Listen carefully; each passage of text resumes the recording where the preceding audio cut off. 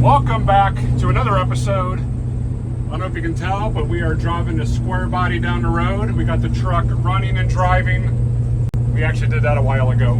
But I've got some big plans for the suspension on this, which entails me and my buddy Andy taking the service bed off.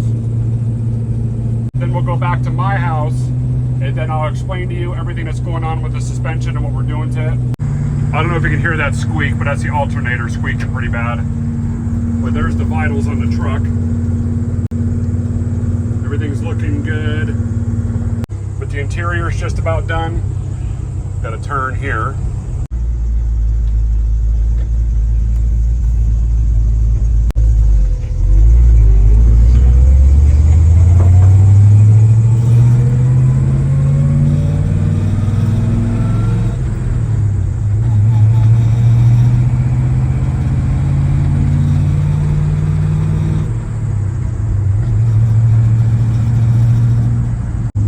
Actually runs a lot better than I thought for a maiden voyage. I'm taking the maiden voyage on the open road to Andy's house. I didn't even really give it a test drive before, but I think we'll be all right. We're like almost there anyway. Another service truck, how sweet is that? Well, anyways, see you guys at Andy's.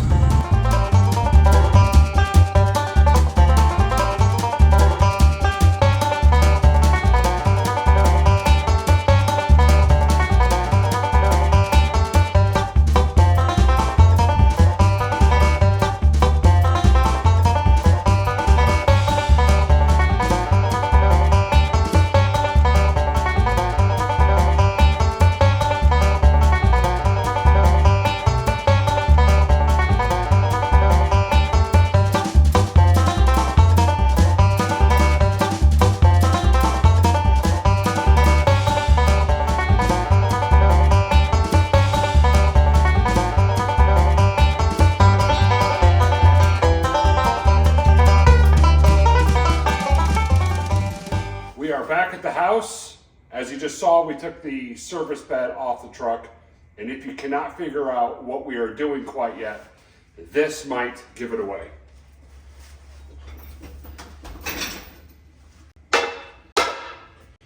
That's right, we're going to bag the truck. So stay tuned in this series. That's what we're going to do.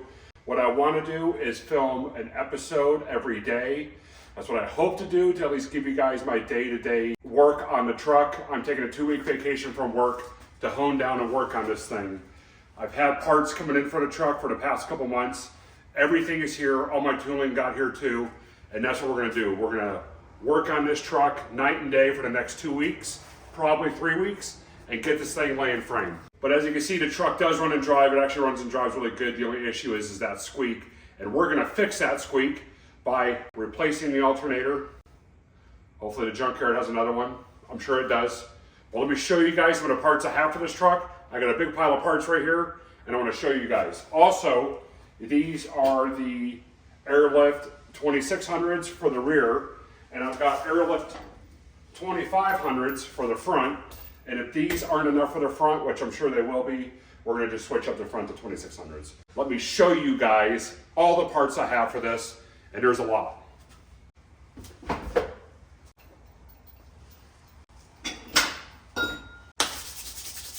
So the kit I ordered is an infamous 3-link kit. Let me show you guys the parts I have. Here we are. They're both tied together. The monster notches. So I ordered these because obviously I'm going to need them. So there's the monster notches. I don't know the height on them. I think it's 12 inches. Just go on their website and find out. But there's the monster notches for it. I'm going to give you guys a step-by-step on how to link one of these trucks. This is what goes in first. Center your axle on the frame. Center these on the frame. And that's what goes in first. We're going to weld these babies in. Once you do that, your data shouldn't change as far as your frame geometry. But I'll go through with you guys step-by-step on how to do it, or how I do it. But there's the monster notches. I'll show you the other stuff. Oh. Here's the lower link bars. What these ones do is they take the place of your leafs. So what you do is you put this on your front leaf perch. This gets welded onto the bottom of your axle. I got all the stuff, I got all the mounts for it, and then there's also holes for the airbag mount. Now we're probably not going to run our airbags right here, we're gonna do it in a different spot. But here are the link bars. There's 2 of them. And then here is just a 30-inch bar. What this does is these tie into 2 notches. We were probably gonna run our shocks off this, but we'll get there when we get there. So here are the lower link bars. If anybody's wondering, this is 1/4-inch tubing, which is gonna be absolutely plenty for this thing. That service bed is heavy. I'm not gonna take everything out of this box. This is 1 of 5 boxes. I'll just show you some of the stuff that's in here. There's doubles of all this stuff. Here's your bag mount. This is actually for the front, because we're gonna be obviously bagging the front of it. There's 2 of those. Here are the rear bag mounts. Here's all your tabs for the 3 3/4 rear axle, since it's a C20. Here are your gussets for the rear bag mounts to make it stronger. This is for the triangulated 3-link. We're about to show you that, but that's all that's in this box.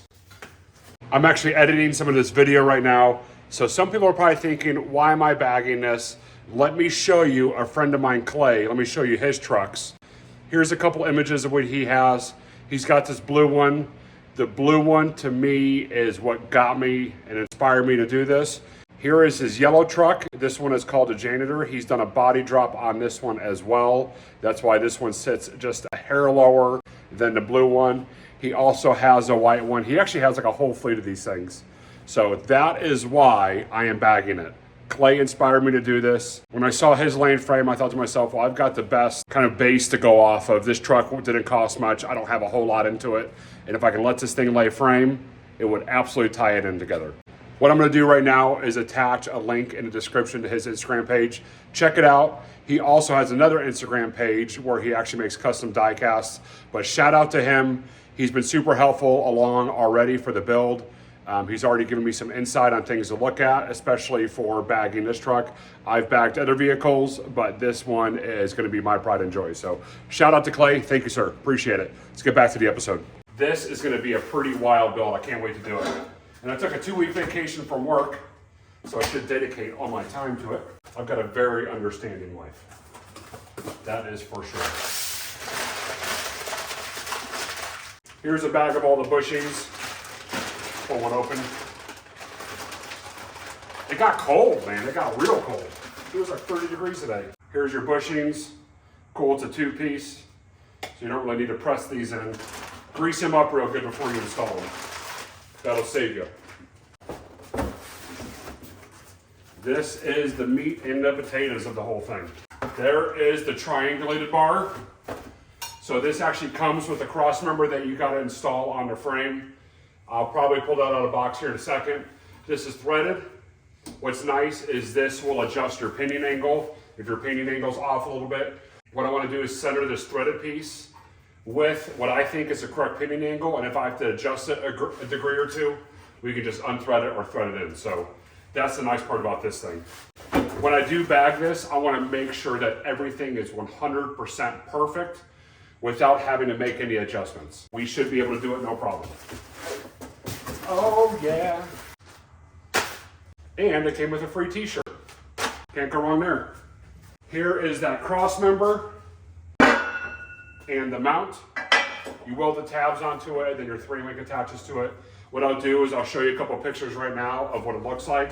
This is someone's C10 that they did the exact same kit on. So this will give you a reference of exactly what I'm talking about.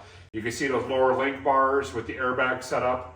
I'm not gonna put the bags there. I'll show you a different spot where I'm gonna locate those. The weight of that service bed is so enormous that I don't wanna stress those lower link bars, but you can see that triangulated piece on top.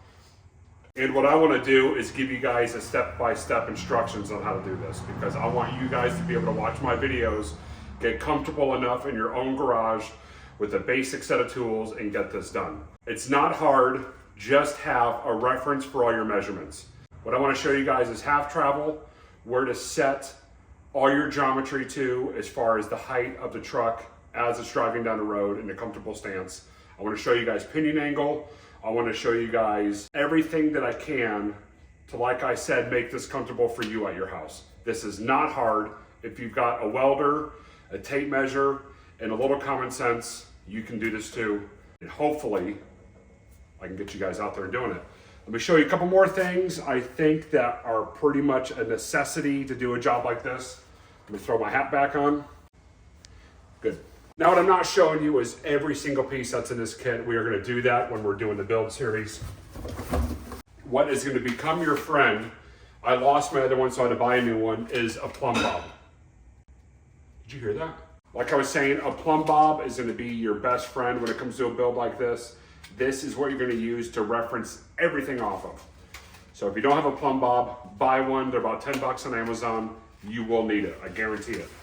I've got a pack of 50 cutoff wheels, a pack of 10 flapper discs, a handful of quick release clamps.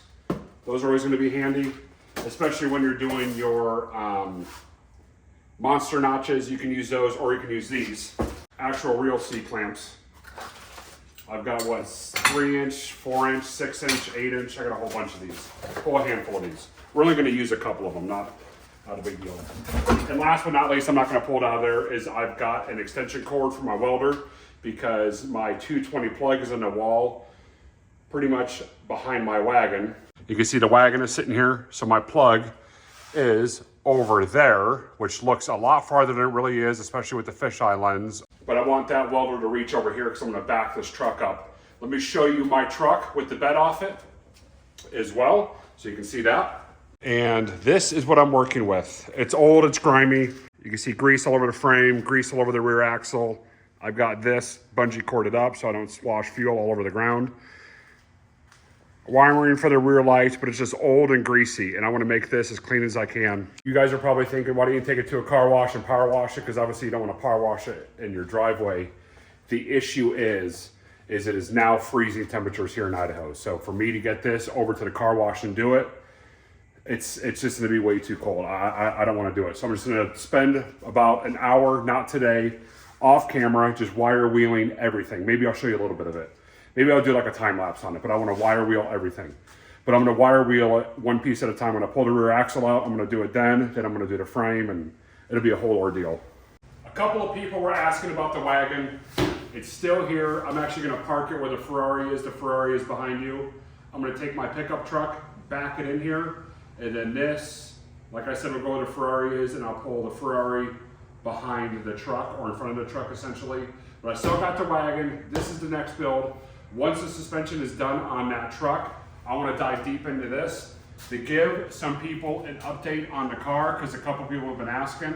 I'm going to show you the motor and transmission that are for this car, because I said I'm going to do an LS swap, and I'm starting to gather parts for it.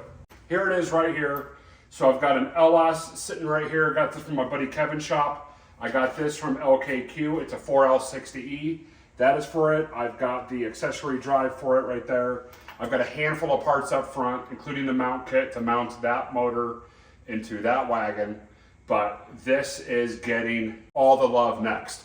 I want to have at least that truck done by hopefully the end of November. But I want to get it done because that service bed, I want to get back on that truck and get it back on the road. I just want to say thank you to everyone who's been following. I want to get it done quickly for you guys. I don't want to make this a full-year project. My truck has been running and driving for a while, so I'm sorry that I haven't shown that. I've just been gathering parts for the truck, and I've got a lot of personal stuff going on. All good though. But thanks guys for watching. Please like, share, subscribe. This channel's growing. At this moment right now, as I'm filming this, I got 722 subs. I want to get to 1,000. So please make that happen. All the comments that you guys do, all the thumbs ups that I get, and all the shares really do mean a lot to me, and that helps the content. This is going to be a fun build.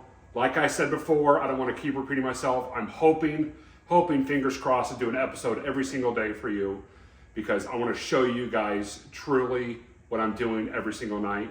And then once the whole build is done, I might do an actual hour-and-a-half long episode of cuts and pieces of every episode that I did before that, and then maybe do a full time lapse on it. But please watch the channel. Thank you all. Enjoy the work week. Enjoy the weekend. I'll see you guys in the next one. Bye.